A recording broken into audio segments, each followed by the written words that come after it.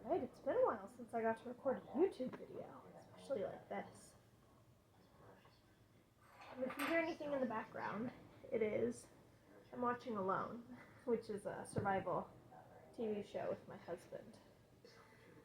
Anyway, someone asked a question about homesteading,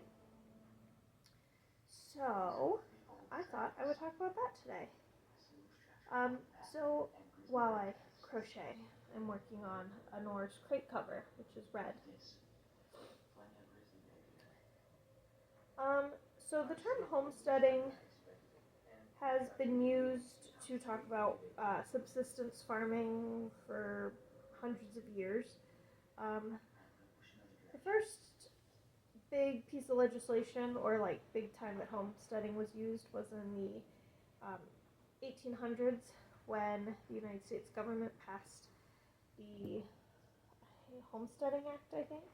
Anyway, it was to allow or to encourage settlers to go settle unsettled land. Of course, we know that that meant violently removing the indigenous tribes that lived there. So that is the unfortunate history of homesteading. Homesteading, as you know, the industrial age and the U.S. industrialized, kind of fell out of style, and then a form of it was brought back in World War II when we had the Patriot Gardens, right? And that was kind of the first foray into urban homesteading, which then gained popularity through the 90s and up into the 2000s.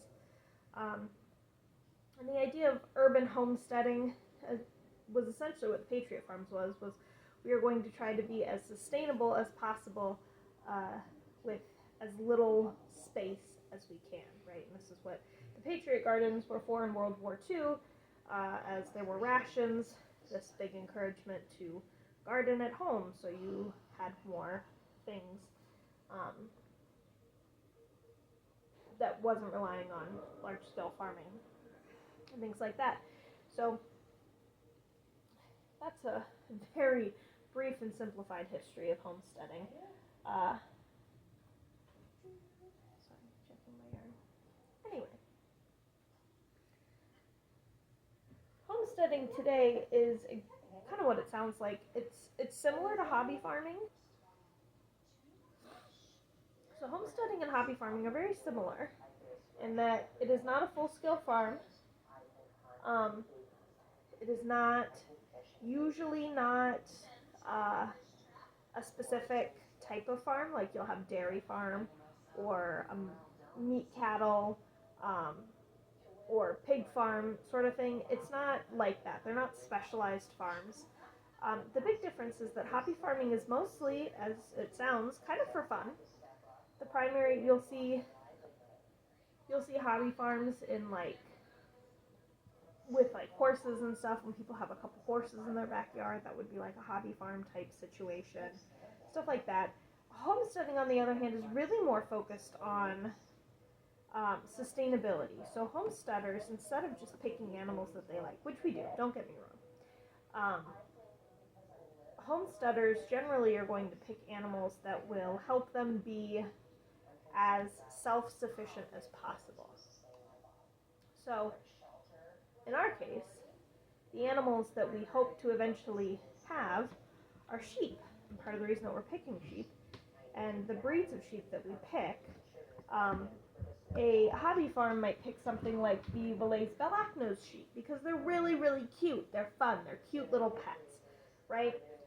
We wouldn't pick those. We would pick something like the Glen Forest sheep or an Icelandic sheep, because Icelandic and Glen Forest sheep are triple purpose animals. They are used for milk, meat, and wool. So in that case, we would pick a breed that has multiple purposes rather than just one that's cute and will make a really awesome pet.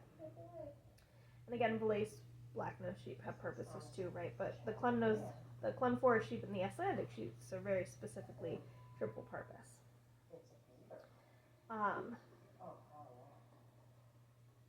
in the same way that we generally pick what um, ducks we have based on the purpose that they serve, right? Call ducks are really cute and really popular for hobby farms. Because they're adorable and they're affectionate and they're very easy to make friends with, right? Whereas we opted for Anconas and Muscovies because they're good egg layers, they're great foragers, they're independent, um, right? So we were looking more for the self-sufficient purpose in our animals. And this doesn't necessarily mean that we're never going to have call ducks, because believe me, I want call ducks. But, you know, the priorities that we have are in self-sufficiency and subsistence farming, not pets, right? And so that's kind of the big difference, is the sustainability part. I will say that a lot of homesteaders strive for off-grid living, and I'm going to be honest, that's really, really hard. And this is one thing that is true for both hobby farming and homesteading, one of the things that is true between them. A lot of times you really do have to have quite a bit of capital to get started, right? Especially if you want to homestead off-grid. It is expensive to be off-grid. It is not impossible to be completely off-grid. There are plenty of people that live in cabins without electricity and running water. That is absolutely a lifestyle that you can pick and choose, especially in the lower 48, though, the lower 48 states. I know Alaska has different laws around homesteading like this, but in the lower 48, you can't really do anything without participating in modern society. It's very, very difficult, because even if you bought a property and somehow managed to get everything set up where you weren't on the electrical grid, all of your food came from your own property, everything, all of your clothes you made from your own property, everything you made from your own property, you still have to pay property taxes. You still have to have income, right?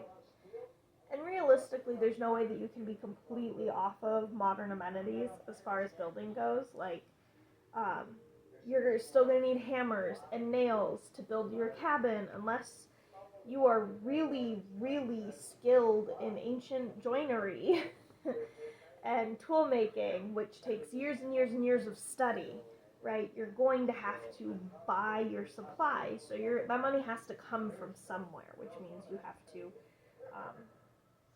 be able to make money or barter. But bartering is even getting harder, because, again, most construction workers don't want to barter with you to build a house. There's nothing you can give them that is worth the amount of money they would spend building you this house, right? So,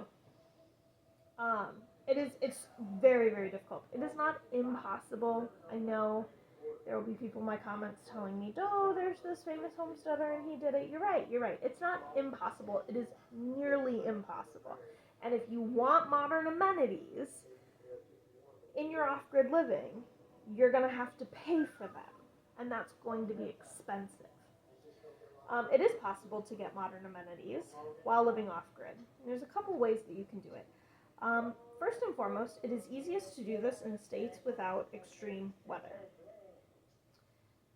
But the land is a lot more expensive there. That's just kind of how it goes, because that's all been developed into farmland already, because it's the convenient places to farm. We live a couple hours south from the Canadian border, so we're in the northern Midwest area. And for us to have modern amenities, right, we have very extreme winters. And so we can put our septic and well on electric, and then we can get our electric through solar. But again, we live in the north where we have extreme winters, so we have limited sunlight for over half the year. So we can't only use solar, at least not where we are. There's not a whole lot of cleared land. We can maybe get more with cleared land, but when you add in the trees, it gets harder. So in addition to that, there are a couple other energy ways to make energy. You can do hydroelectric is an option, but again, our rivers and all of our running water up here are frozen for over half the year. And then geothermal. So most likely, if we were to hypothetically go off-grid, we would use a combination of geothermal and solar for our electric power. And then, of course, we would have to have a backup generator for all of that. And if you have the money for it and you are building your own house while living off-grid, you can also look into what's called FIAS. FIAS is the Passive House Initiative in the U.S. They have passive house initiatives in other countries, but FIAS is Passive House Initiative U.S., United States. And their building code, their construction people, the construction companies that are members of them have the training and supplies to build to the FIAS standards, right, which are higher than that of code-built houses, right, that are just built to local codes. And those standards ensure that there are no leaks anywhere in the house. And they do things like encourage double and triple paned windows, and then they use double and triple paned windows, as well as architecture that is designed so like the windows and the doors will be set throughout the architecture to best utilize the sun coming in to warm things up. And all of this is so that ideally, depending on where you live, it'll keep the house at a nice temperate 50 degrees year round, and then the amount that you have to spend on electricity or gas or whatever it is to heat and cool your house otherwise is very, very minimal. And between those three things, you can live off-grid fairly well throughout probably most of the United States, and have modern amenities like running water and electricity and TV, right? Internet's a little more expensive. That's a different story entirely. So it's possible, but you have to have the capital for it, because all of that is very expensive to put in. And sure, maybe someday it'll pay itself off, but if you don't have the money in the beginning, it doesn't really matter if it pays itself off in the end. So that's kind of stuff that we would have to do if we wanted to do a full off-grid homestead up here, and also kind of the reason why I don't like the term homestead.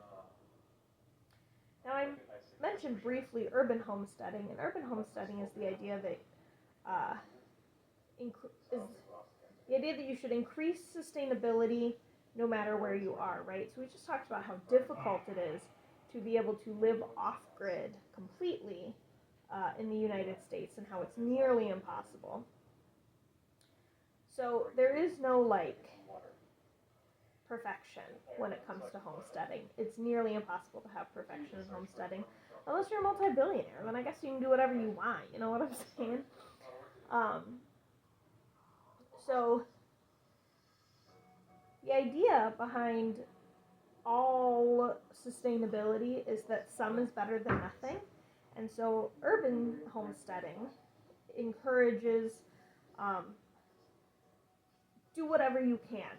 How much gardening can you do in a quarter of an acre, a tenth of an acre?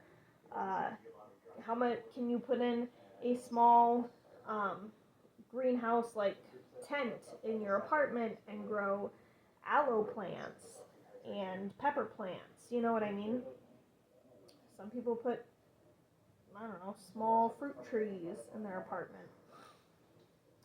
A lot of cities are now passing legislation that allows people to keep 3 to 5 chicken hens in their backyard so that they can collect their own eggs, right? And so there's kind of this rise of urban homesteading where city legislation is even trying to allow people to do more with the little land that they have in hopes of increasing sustainability. Um, there's a lot of really cool stuff in that. Obviously, that's not my area of expertise because we live country adjacent and have a little over an acre of land, so we're able to do a lot more than actual urban homesteaders. And our long-term goal is to be off-grid, right? So urban homesteading is not my specialty, but I do know about it. So yeah, I hope that gives you an overview of homesteading, what it is, a brief history around it, and urban homesteading, ways that people do it elsewhere, and how difficult it is, and honestly how expensive it is, which honestly kind of sucks. Like, I hate that our access to the land and our ability to be independent of modern structures is so hard and is reserved for the wealthy few. I think that sucks. That's just kind of is what it is right now. So, anyway, that's it. I hope that answers your questions. Ask any more questions. Sorry you didn't get to see too much of my crocheting. I didn't have the great angle on it, but I tried. Okay, bye.